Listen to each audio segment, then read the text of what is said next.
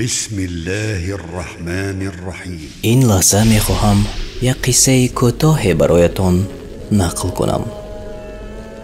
سرلوحه آن چنین است: باره این گناه کرده ای؟ به کودکانی که در کوچه بازی می کردند مراجعت کرده از آنها خواهش نموده می گفت: برای من از الله مغفرت پرسید، چون شما کودکید و گناه ندارید.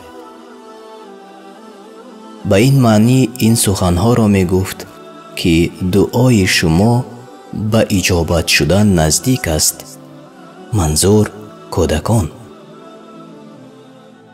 این نفر نه دزد و نه راهزن و نه اکثر عمرش را در گناه گذرانیده باشد.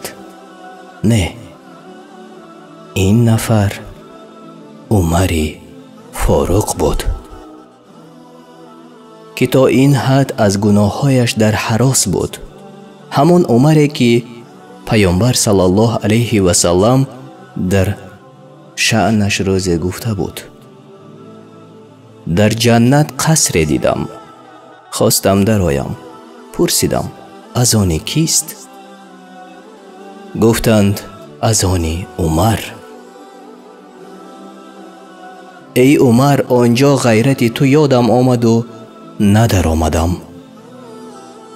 عمر رضی الله عنه اشکش ریخت و گفت: ای حبیب الله صلی الله علیه و سلم، نخود غیرت و غضبم را بالای شما کار برم.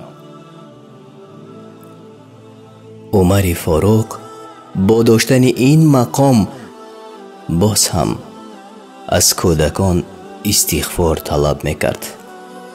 مگر تو نیز باره از کودکان دعا خواسته ای؟